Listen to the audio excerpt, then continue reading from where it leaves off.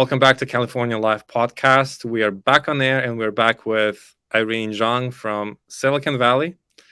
And well, first of all, Irene, thank you for coming today again. Thank you. Thank you for having me. Yeah, it was a pleasure to talk to you last time. And we talked a lot about your developments and your ideas, how you developed in the Silicon Valley and in educational side of your life.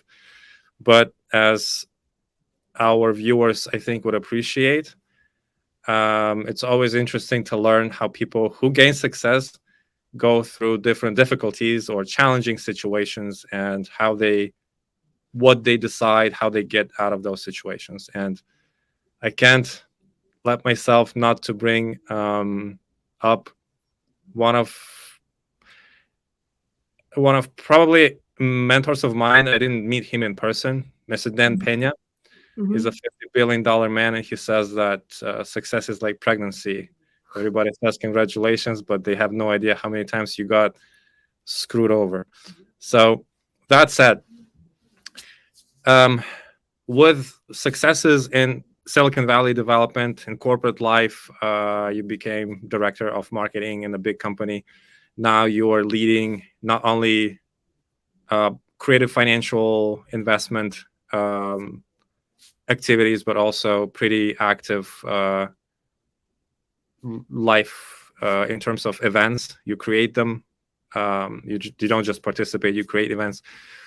If we dive back into your story, which of your challenging moments when you were a little kid you would think started building your character towards who you are today?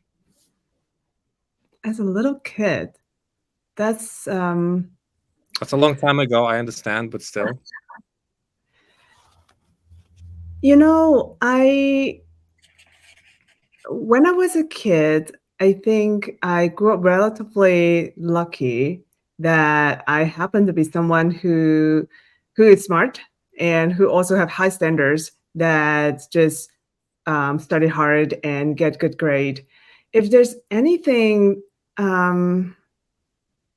that was that was I would say there's one moment that I do remember when I was middle school, and there was one time when there's a exam and it's supposed to be a closed book exam, and I study, right, and then I studied the entire material, and then I just answered the question very quick. And what I noticed was that there are a lot of students in the class that um, just just actually open a book, which they're not supposed to. And having the sense of moral compass. So what I did was I actually later report to the teacher, and I did get quite some significant consequence the next day when half of the class actually wrote my name on the blackboard and said, "Thank you for reporting them. Thank you," like my name on that. And that was quite a hurtful experience at the time. But what I took out of it is, I still do not regret of what I did because I think that was the right thing in terms of justice. And I choose the right thing to do instead of choosing to be liked. I would rather having integrity and respect than just blend in with everybody else. So I think that is one of the things that I got when I was a kid. I don't know how much influence that have, but rather just more of certain value of who I am.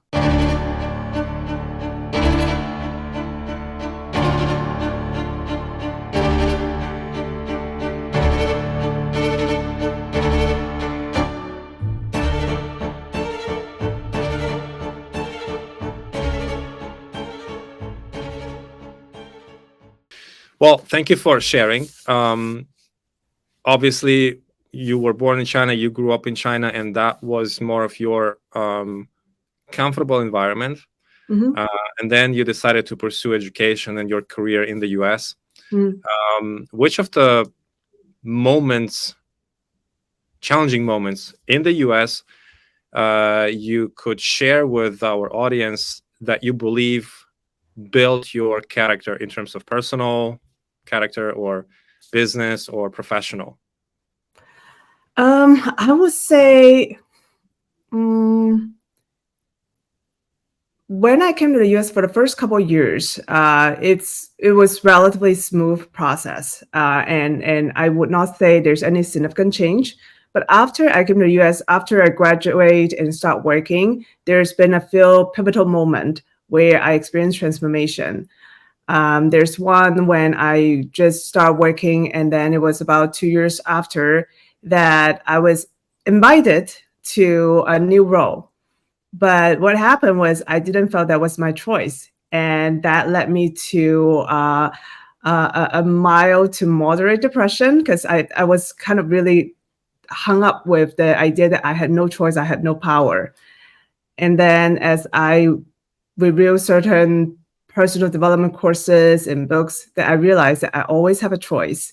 And all it took is having the courage to have a conversation instead of just being stuck in my head about how I felt that was in a situation that nothing could change.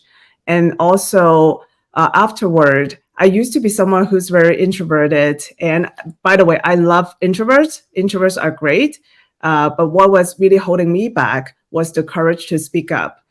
When it's one-on-one, not a problem. But in a career, corporate career, I do recognize that if I'm not able to speak up in front of a group of people, whether it's on stage or a high stake, people in a meeting, then my chance of being promoted and grow into a leader would be very slim.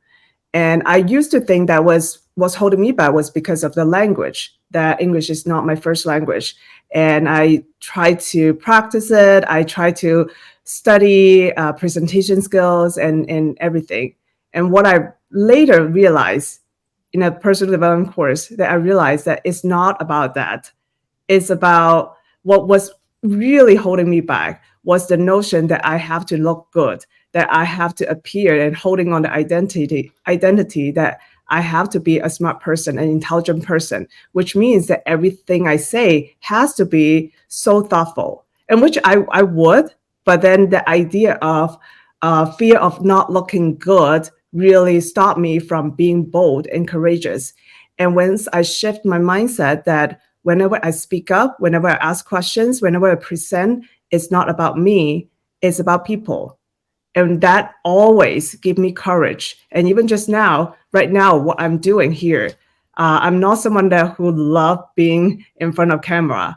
And the reason that I got courageous to speak up is because I believe what I have to say, things that I share, my stories and ideas that could be of value to people. And if that could help even just one person, I'm happy to be of service. And that would got me overcome my fear of being judged.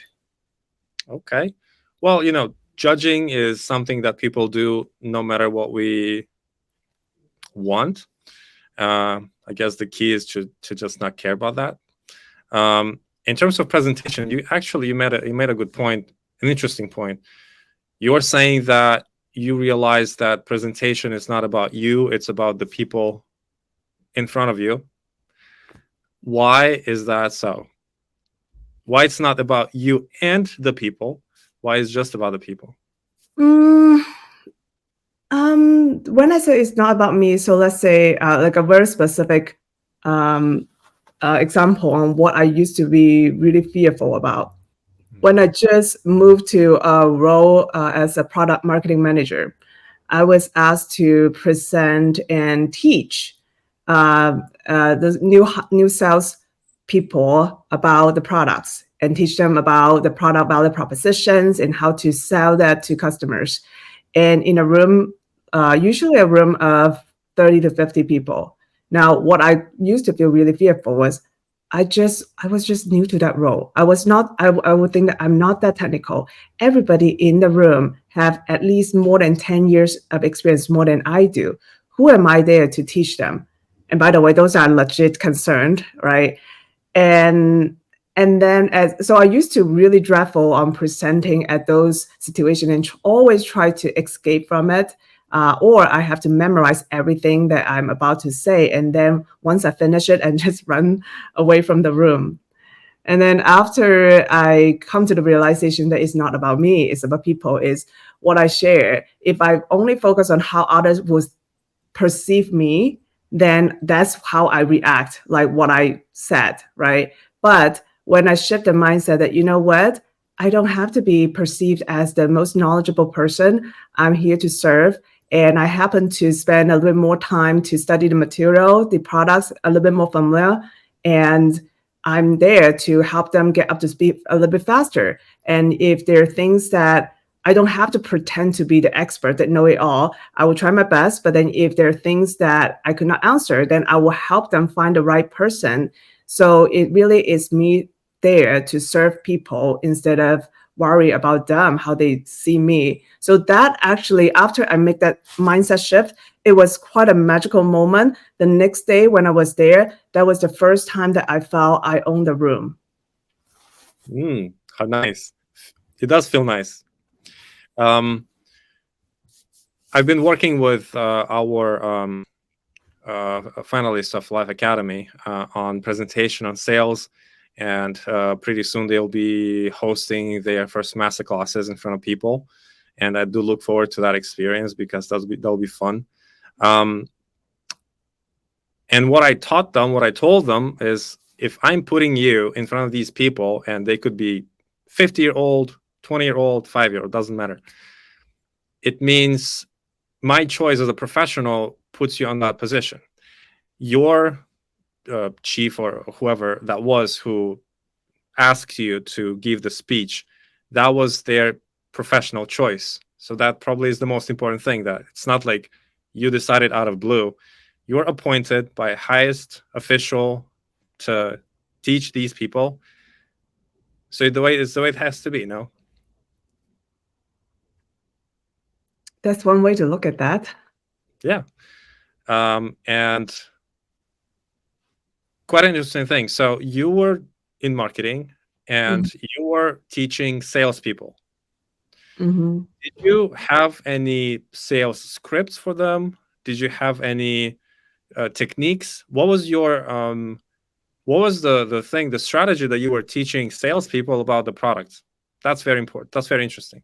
Well, my role at the time as a product marketing manager, that I am representing the product, that I understand the messaging of the product, what problem is solved, what kind of capability, how does that differentiate compared to competitors, right? What's the value proposition? So when it comes to sales, the salespeople already own the relationship with the customers for the most part, those account managers, but how to really equip them about the new products and new solutions, because in high tech, there's always new products that are coming out almost every 3-6 months. And so keeping up to speed on that and articulate the value in a very succinct way, that is something that is very important. And so that happens to be my role, that as a PMM, that the job is really to work closely with engineering and product team to fine-tune the messaging so that it's differentiated and is to the point, and then it is consistent across different material, whether we are talking about press release, whether we are talking about presentation, and whether we are talking about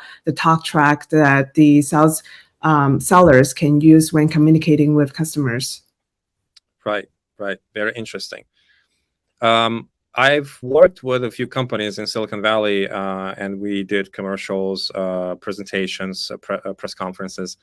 And what I experienced when I would work with tech people, they were so focused on features of the product, on the details, which in marketing and sales, we sell emotions. So I would tell them, we don't need 55 selling points in one commercial or one presentation or one infomercial. We need like 3, maximum 5. How did you manage working with the same thing, kind of? Well, it's from a different perspective, but still, you are in marketing and you have 1,000 features and developers who think that these features are the most important. Oh, well, yeah, that's definitely a real pain point, right? That whenever we work on, especially when it comes to product launches, when I start working with the product team and it is, hey, we have really exciting product. Okay, let's sit down and look at what is really new, right? And then sometimes it could be like 5 new things, sometimes again 20 new things. But then when you really look at it and realize, okay, keep asking the question of why. Why does this matter? And why customer would want it? Why customer would need it? Is that something that everybody have, and then you just happen to catch up? Or is that something that really solve a problem in a unique way that customer will value? And once you got through those really tough questions, and chances are, if you have 20, 50, 90% of them are just catch up with everybody because you develop because everybody have. So in that case, not saying that those are not important, but when it comes to messaging, those are the things that you can kind of set aside, but rather choosing what are the things that either you have, the competitor don't, or you do it in a way that is much faster or better in whatever way compared to competitor. Those are usually, if you can find to like 5 points of it, that is fabulous. And then from there, then it's fine-tuned on the messaging. So you translate, that's the features. Nobody buy based on feature. Customer buy based on outcome. How does those features, those capabilities that are differentiated, that deliver outcomes that customer want, right? And then you fine-tune like what's that outcome, and then why customer will want the outcome, and then you develop the messaging from there. Makes sense. Getting back to difficult, challenging moments, were there any extremely challenging moments except for the one which you mentioned, the stage fright, work, which kept building your professional character? I think before age 30, my life was relatively smooth. I would say, yes, I experienced here and there some challenges, but I would say my life was relatively smooth. Everything changed after I was about to turn 30. So in 2019, I got a call from my mom suddenly that she was crying and said, my dad passed away. As parents, we always know that parents will get old, parents will get sick, right? But I was definitely not prepared, at least not when I was just about to turn 30. Right. And I was flying back to China after 15, 16 hours on the road. On the way home, I got informed that I braced myself, my family, that in addition to the shocking fact that my dad passed away due to lung cancer that he's been dealing with for 2 years, the entire family knew except me because my dad tried to protect me from worrying. There is another shocking fact that I have a 5-year-old half brother that I didn't know existed. And then when I got home, I saw my father's photo, I saw my family, I saw my half brother and my half brother's mom. That was a whole lot of emotions to process. And I wasn't someone growing up really good at navigating emotion. How I navigate emotion was more like a guy or a boy that just bottling it down. And so that was very challenging. And there were even moments when my mom and family was crying, and then she looked at me and said, "Why aren't you crying?" And I have no idea. I just cannot control navigating both resentment, grieving, sadness, and then at the same time resentment and anger was hard. And then at the same month that my boyfriend at the time told me that while he really cared about me, he was never in love with me. So all 3 strike in a row, that got me into severe depression. And that was terrifying because it's not just a lack of energy. It was to an extent where I felt like my brain, especially my prefrontal cortex, the cognitive function was completely shutting down. I can totally see the little girl in me just hide in a cave. There's just too much. And while luckily I haven't had the thought about committing suicide, I did have the thought about what's the point if I'm no longer someone smart, then who I am, and what's the meaning of life. every single day I was avoiding people. I don't know how to react. And that also taught me the importance of having empathy and compassion. I used to be someone as a high achiever. I used to be someone who judged people. If someone is not performing, either they are not smart or competent, or they are just not working hard enough. That's usually how I see the world. And it was through that experience that humbled me, that realized that you just have no idea what other people are dealing with.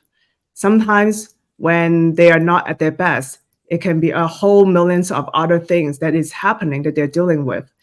And in America, something that's funny is when people say, use "how are you doing" as a way to say hi. And that is interesting when I'm on the receiving end, when someone asks at a workplace, right? Like, "Hey, how are you doing?" And it always gone through my mind that I'm not really doing okay, but should I just pretend that I'm doing great, I'm doing fine, as a way to politely just shut the conversation? Or are you really curious, how am I doing? Right? So that was quite a experience of it. And then luckily, a couple months later that I reviewed some more personal development courses and did some really deep work, reading a letter to complete with the past, kind of put the closure to choose to forgive my father, myself, my half brother, and his mom, and giving myself and the family peace of mind from that. And also later, also seek for professional help, psychiatrist help, get the medication I need, and also practice intermittent fasting. This is about it. Another thing. I see some scientific research, but at least personal experience, I think whenever people are experiencing depression, usually a few things that is a good way to look at. One is usually something happened, maybe it's significant, maybe it's something minor, but there's always that negative narrative in their mind that kind of recurring. And if they don't put that kind of complete, then it will always relive. And that's at least my hypothesis why a lot of people will have a hard time getting off medication, because the thought will always have an influence on the brain chemistry. What the medication can do is just give you a kick to rebalance. But then if you never complete the thought of that, then you will just keep having that circle, the cycle of it. And then the gut and the brain are so connected that practice something like intermittent fasting could help for the gut health, and in turn can also help, at least from my experience, that I do feel good about it. Not medical advice, but just personal sharing. So that in itself have quite impact on how I see the world. And of course, after that, there's more, but I'll pause here in case you have questions that asked me. Well, that's quite a fascinating story, and that took you a lot of willpower to go through. So I give you a lot of respect for that. It's not easy. I've experienced something like that, so I know what it feels, at least kind of know. But talking about the depression as a state of mind, state of soul, maybe both. Mhm. I've talked with quite a few younger people, and they are going to school, let's say UCLA, Stanford, even Berkeley, and they would complain that they would go to school and they would feel depressed because it's a lot of pressure. And some of them, not all of them, would get to take mushrooms or pills. And to me, that was fascinating because, like yourself or myself, we are immigrants. We came to a new land, new place, knowing no one, and starting from the scratch. These kids, they were born here. They have all the privilege to use all the resources they have, and they are falling into this depression. What would be your take, advice? Again, we're not talking about medical, just personal experience to them. Like I said, I think for anyone who experienced depression, there's always something that one thing that I learned is if you draw like on a whiteboard, like or a piece of paper, like a two circle.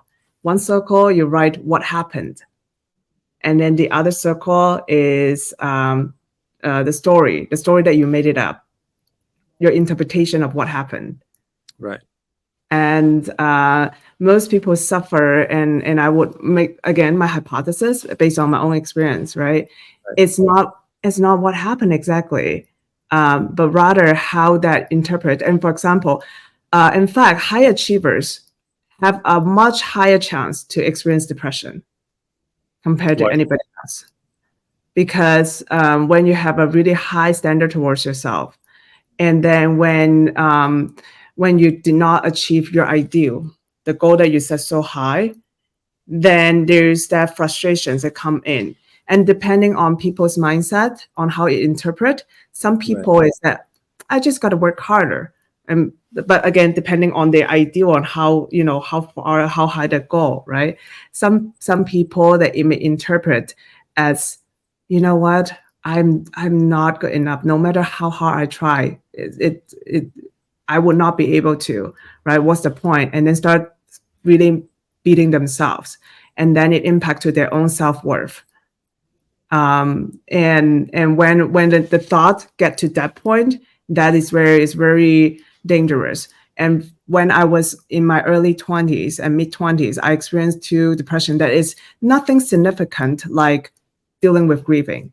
When I was in my early 20s, that was senior year, the 4th year. And I experienced depression, not necessarily because of school score or anything, but I was running an election for executive board position for the NGO that I've been working for 3 years. And that was the first time that I got rejection. At least I didn't get the position that I wanted. At the time, what I experienced is I felt betrayed. I felt I was not wanted. And even later, I actually tried my way and joined the team, just a different position. I couldn't even articulate, but the first 6 months, everybody that is close to me noticed that I was different, that I was no longer someone that is so high energy, ambitious. There just something was off, and I can sense I was off, except that I couldn't even have the word. I didn't know what I was dealing with was depression. Right. And how I got out of it, I didn't take any medication or anything. It was a really weird moment that at the time I thought, okay, I was not wanted. And then when I have vision about how to transform the organization through its IT systems, right, moving to the cloud, that I felt my leaders did not really understand me. And I just see that there's no way going. And then one night, I was doing some research and then see the definition about CIO versus CTO, and then like business value focus versus technical. And then I suddenly got an aha moment. Again, that was really random, but the aha moment that I got was, wow, it's actually like I have the choice. Like if I, by definition, that I have a vision to see how these things can really bring the value. By definition, if I'm the one visionary, by default, the others would not be able to see what I see at the beginning. So it's my job to communicate and instead of being frustrated, I communicate and have people on board of it. And if when I felt that my leaders do not understand me, then again, it's up to me to communicate. And it's also in terms of the job role, that is, yes, maybe others may have certain expectation how it looks like, but at the end of the day, I know, at least in that organization, I always have the choice and power to choose what I decide to focus on.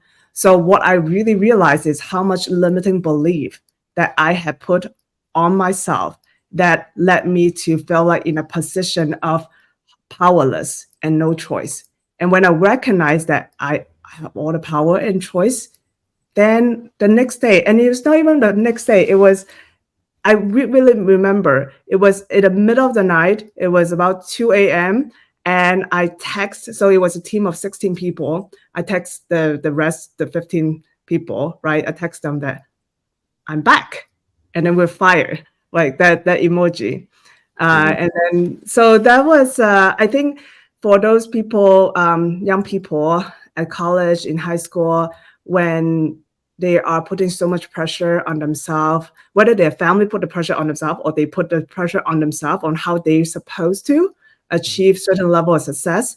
And then when they measure themselves against the ideal instead of measure themselves against how far they've come, then it's a dangerous place to be prone to depression. But a thing that my mentor taught me is always remember to celebrate the wins. So I hope that helps.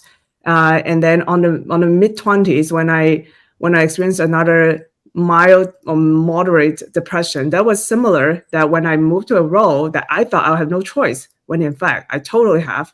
But it took me another 6 months to recognize that and have the courage to have a conversation, and everything changed. Wow, that's very powerful. And indeed, you don't have any power until you have all the power. These aha moments, if you could recall them, what was the actual feeling in that second, in that moment when you felt the aha moment? Was it joy? Was it happiness? Was it relief? What was it? It felt as if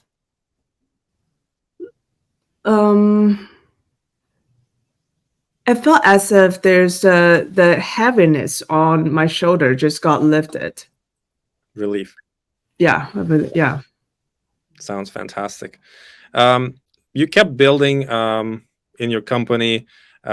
You successfully overcame that fear of public speaking. And then you probably had some other experiences, which if you wish, you're welcome to share. Yes, so I would say in the beginning, I said like my story before age 30, it's not that I experienced nothing, right? I experienced like at least twice depression and different challenges. So it's not like super easy or smooth. But compared to what I experienced in my early 30s, the first few years of early 30s, that to be blunt, that was nothing compared to what I dealt with. So I share about the grieving, the family drama, and my own depression, and with my ex-boyfriend. And then, but the story doesn't end there. So after that, thank God that I got off depression before COVID year, right before COVID outbreak. And then during COVID year, for whatever reason, I thought I'm fine. My stress level is fine, except that I have no idea why my weight just keep going up. I gained over 35 pounds. It was all even in a state of denial when I stepped on a scale and I thought the scale is broken. And then I happened, that two scales in a house, and then step another one. And wow, okay. And obviously, when I try to clothes that I used to, the dress and skirts, it just no longer fit. So that was really scary. And then, for whatever reason, my hair just keep falling off, and it's really scary. Like comb the hair, and then there's like hair always stick with my fingers. That was terrifying. Because I don't want to be bald like in that early age, and so it's really strange how the stress just all over the place. And then eventually I broke up with my ex-boyfriend. I moved out, and then I thought, okay, I'm age 32, so it might be time for me to, because I don't know when I'm going to meet the right person, so I might as well do freezing. And then when I went to clinic and did some blood work, right? Do some consultation. And then it turns out I was told that I don't have many eggs left. And I was like, what? So essentially, based on the test result, that a healthy woman, and this is where there's young girls, young women hearing this podcast, when you're either late 20s or early 30s, do yourself a favor, spend about $100 or whatnot, just go to a clinic, do the blood work to know where you are in terms of your hormone level, because don't assume that that you're supposed, like 35 is the block. Sometimes it could happen much earlier. So a healthy level should be 2 or above 2. And for the AMH level, my test result, I was at 0.16. So that's an indicator of my ovarian reserve. and I was scared. I don't know what else I can do. So I was like, okay, so I don't know how much time we have. So let's do everything as soon as possible.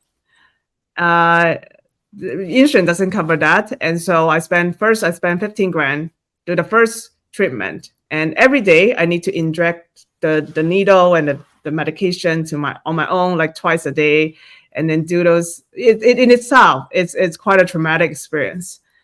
And then for first round, I got 3 eggs retrieved, and in contrast, for a healthy woman at my age, should expect about 10 to 15 eggs.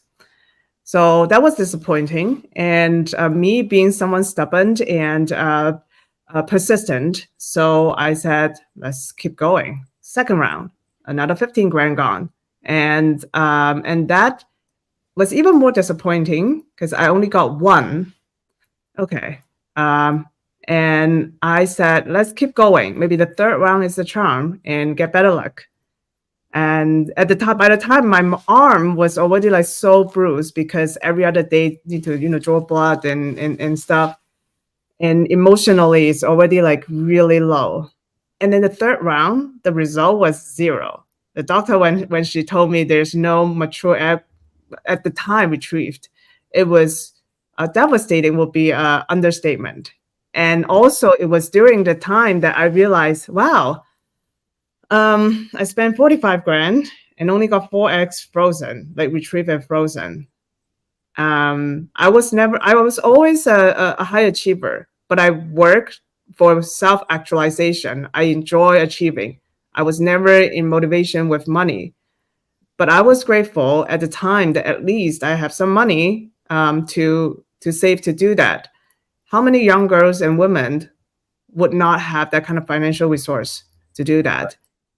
And that got me to think that in today's society, women are encouraged to pursue whatever they want to pursue, right? Don't settle just because of your biological clock. Don't just because you turn 30 to get married and have a kid, and especially when married to someone you don't love, right? I used to think that the age thing is such a BS from the society to pressure women on that. But of course, with my own experience, I realized there is some truth in the biological clock thing. So thanks to modern science, there's option, right? The egg freezing as a fantastic way to preserve fertility. But you got to have the financial resource. And as I start thinking about it, then, well, that actually just step one, right? When I meet the right person, right partner, husband that want to create a family, then it's unfroze the egg and do IVF, right? Who knows how many rounds of IVF? It's always a game of probability. Right. And what if that I run out of my own egg and my husband still want to have kid, right? And then we may need egg donor and then IVF, assuming my uterus is healthy enough to carry the baby, right? But what if my uterus is not healthy enough to carry the baby? Then we may need surrogate. Or maybe eventually we may need adoption. Whichever it is at least hundreds of thousands of dollars. And that is just to have a baby. We're not even talking about raising the kid, right? So that got me like a huge realization that, wow, who would have thought family creation and financial freedom, financial resource are that connected? At least I did not think about it that way until that moment. And so after that, I got started feeling interested in making a little more money, right? And also I was longing for love. And then the more tragedy happened that a couple months later, I was, just like most people doing online dating. And I thought I was falling in love with someone that I haven't met in person. And when we chat, that occasionally he showed me that he makes some really good side income from crypto trading. That piqued my interest. And I asked, oh, can you teach me? And then he started teaching me like, oh, download this app, this platform, sign up this account. And I thought, if I lost a couple $100, that's fine. Just learning, right? Not a big deal. But for whatever reason, whatever he told me to do, the account balance just kept going up. And I did do my due diligence a little bit on the trading platform, that there's like the registration number, and then I look at Canadian financial institution that it has registered. So it's not like a super scam site that I just blindly believe. However, it is a scam site. It's just a little more sophisticated. So long story short, within a couple of weeks, that I lost 125,000, and that was all my liquid saving at the time, and including 25,000 personal debt. And at the time, I was so ashamed that there's nobody that I feel comfortable to talk and share that.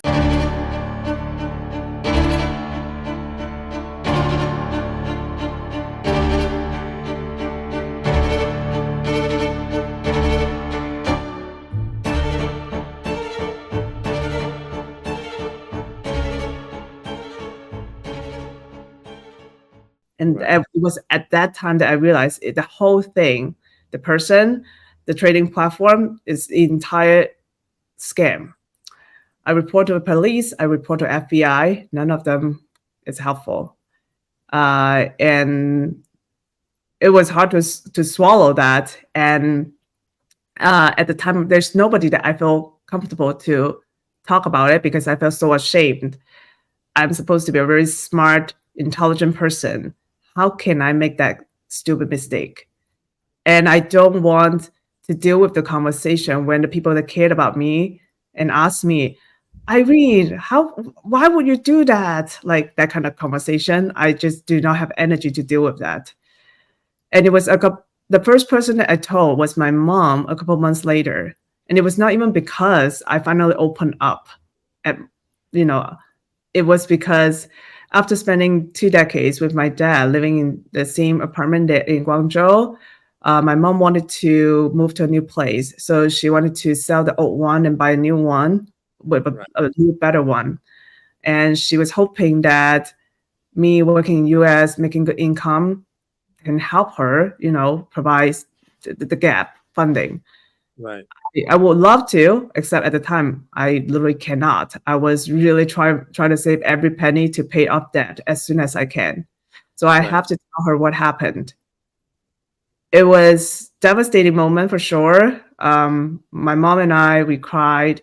And at the time, I decided that, you know what? This is actually just, equivalent to 2-year MBA tuition, right? Approximately like that. So instead of paying to MBA business school, I consider I pay it to life. That to learn an important lesson about money, and I'm gonna make the money back.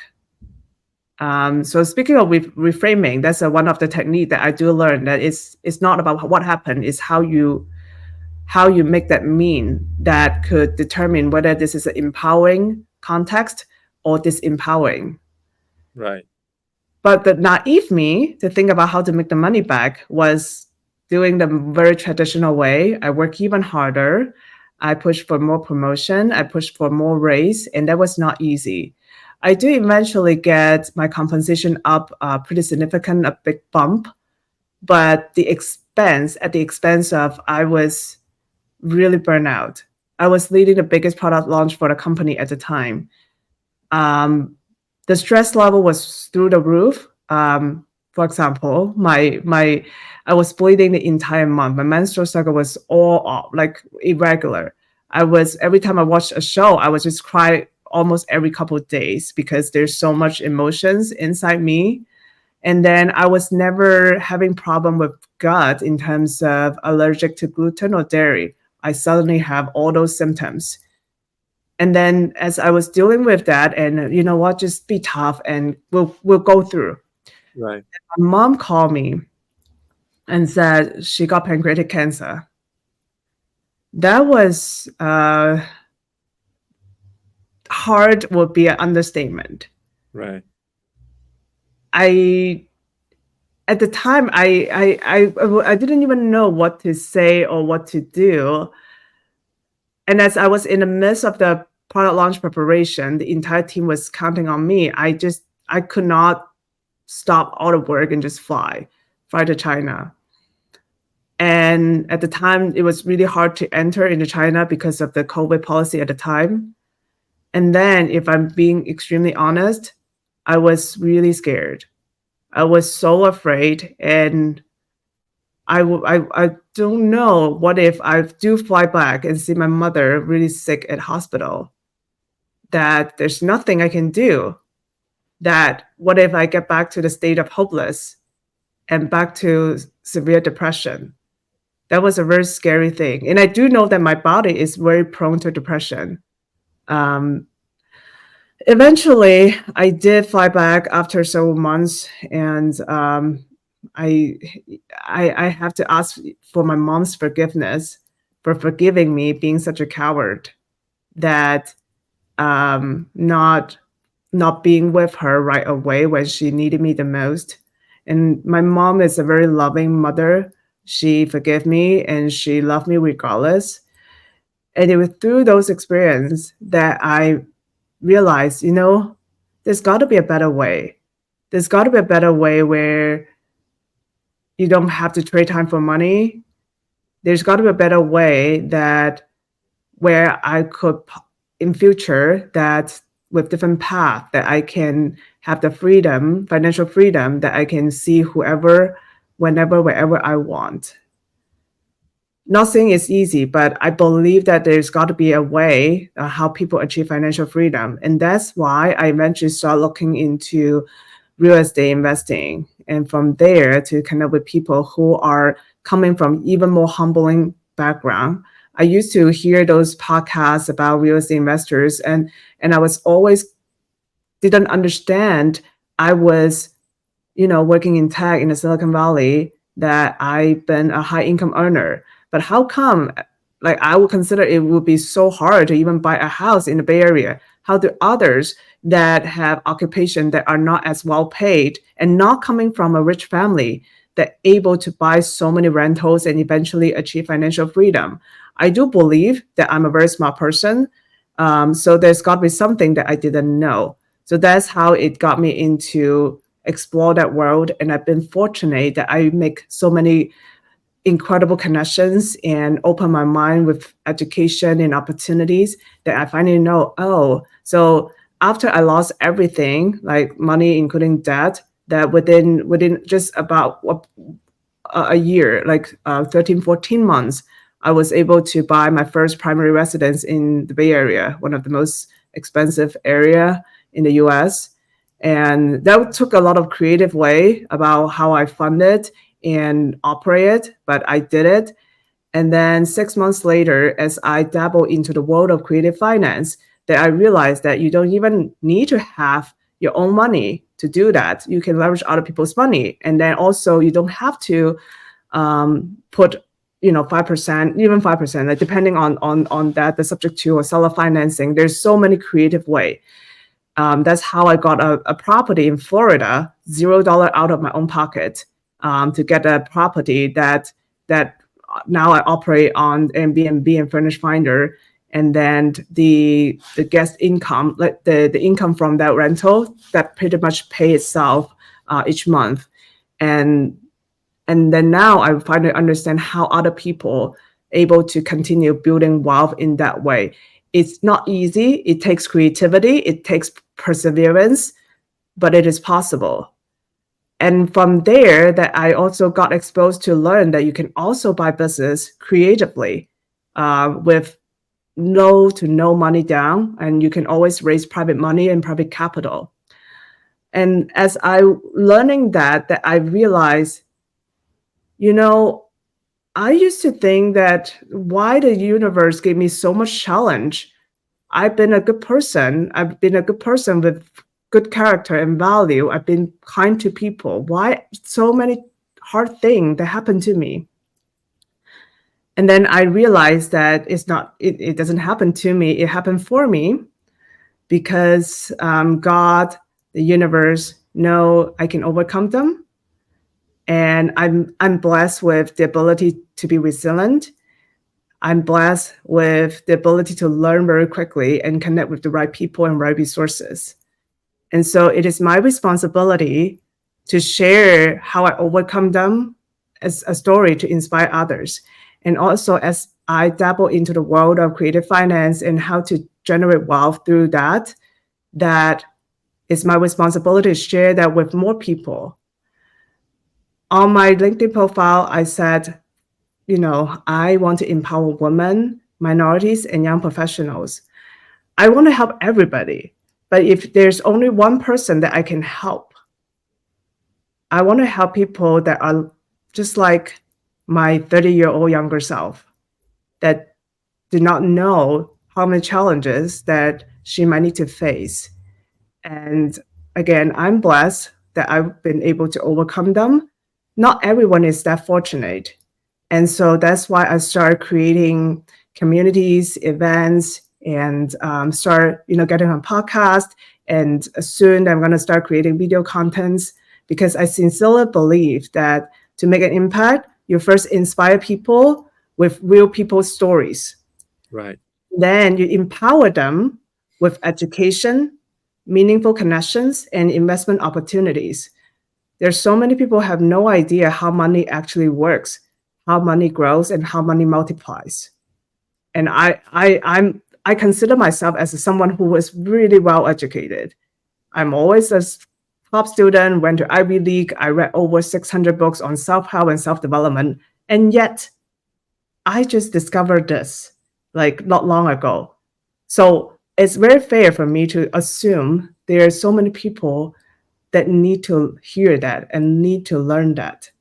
And it becomes my mission. And I think that's where God put me on this path to make a difference for people. Well, Irene, that was very powerful. And the story which you were sharing and the sharing itself, it takes a lot of courage and a lot of inner power. So thank you for that, and a lot of respect. When you were talking about why these challenges are hitting your face and what is happening, and then you realize it's not to you, it's for you. I had some sort of similar feelings in myself. And then being a Catholic Christian, I discovered the Book of Job. And I would definitely suggest you reading that. It will open up another perspective. And indeed, with all these things, it's just testing our faith into God the Father. And all the challenges, all the worries are a product of the devil, not the God. And we just have to show how powerful our faith is and just keep moving forward. We came naked into the world, we leave naked as well. So we're always on the positive side. But all this, God doesn't send challenges to those who can't take them. Yeah. So I would rather live this challenging life than be regular. Why be normal if you can be the best? I would definitely. I have a different, like a little bit, like I agree with you, and a little bit. Huh? You a little bit agree with me. I just a little bit. No, I agree with what you said. I think, I have an analogy like A and B, right? Most people want to be A. So A is someone who grew from a, just regular family that not even like rich, just, regular. And then go to good school, good grade, good job, have a good family, have good kids. And then there are certain challenges here and there, but they're nothing really like super, super hard. And so the whole life has been relatively comfortable. Boring. Okay. Yeah. And then B, for whatever reason, that she has to overcome so many challenges. Like suddenly, like the life curveball just throw at her like a lot. Right. But then it was through overcoming all those adversity that she becomes stronger, and she got to grow, and she got to also share what she's got to help others as they grow old and you come to their funeral, both A and B. It's interesting to think about what other people would say about them. And it's a perspective to think who is more blessed. Of course, I would say both are blessed. Okay. But who would you rather be, A or B? Personally, I admire B because having the ability to inspire and empower others is a privilege. And she would not be able to do that without experiencing and overcoming those adversity. As human being, we don't seek for pain. We don't seek for adversity. I don't know But about that. When I go to the gym, I do seek for that. sure, I knew you're gonna say that. I said most people, okay, like Right, exactly. But so on those life adversity, usually it happen, right? We don't actively seek for that. Like we don't seek for when people betray us. We don't seek for um, people get sick, but things could happen. And when you overcome them, then you realize that it's the universe that gave you. And it's that, like what you said, God doesn't give you challenges that you can't overcome, right? So you are actually blessed to experience those challenges, that opportunity to grow, to be a stronger person, and to feel your book, your book of life, a different chapter. So that's how I look at things, and that's why I think I'm very blessed that over the last couple of years it was not easy, but I was really blessed that now I get the ability to share with people and have a really strong sense of purpose to help people. Irene, I think that it was a very inspiring episode, and I'll be extremely happy to share it with not just our audience and also with the media that we work with, but also with the kids, the mentees. They definitely have to learn a lot from you. Um, I would be very interested to have another podcast with you on creative finance and see how you can creatively get yourself a house in the Bay Area. Again, maybe not as much for myself. I'm not really interested in the Bay Area, but again, for the kids, because I do wish them to have their first house at the age of 18, if possible, hopefully Mhm. possible. Yeah.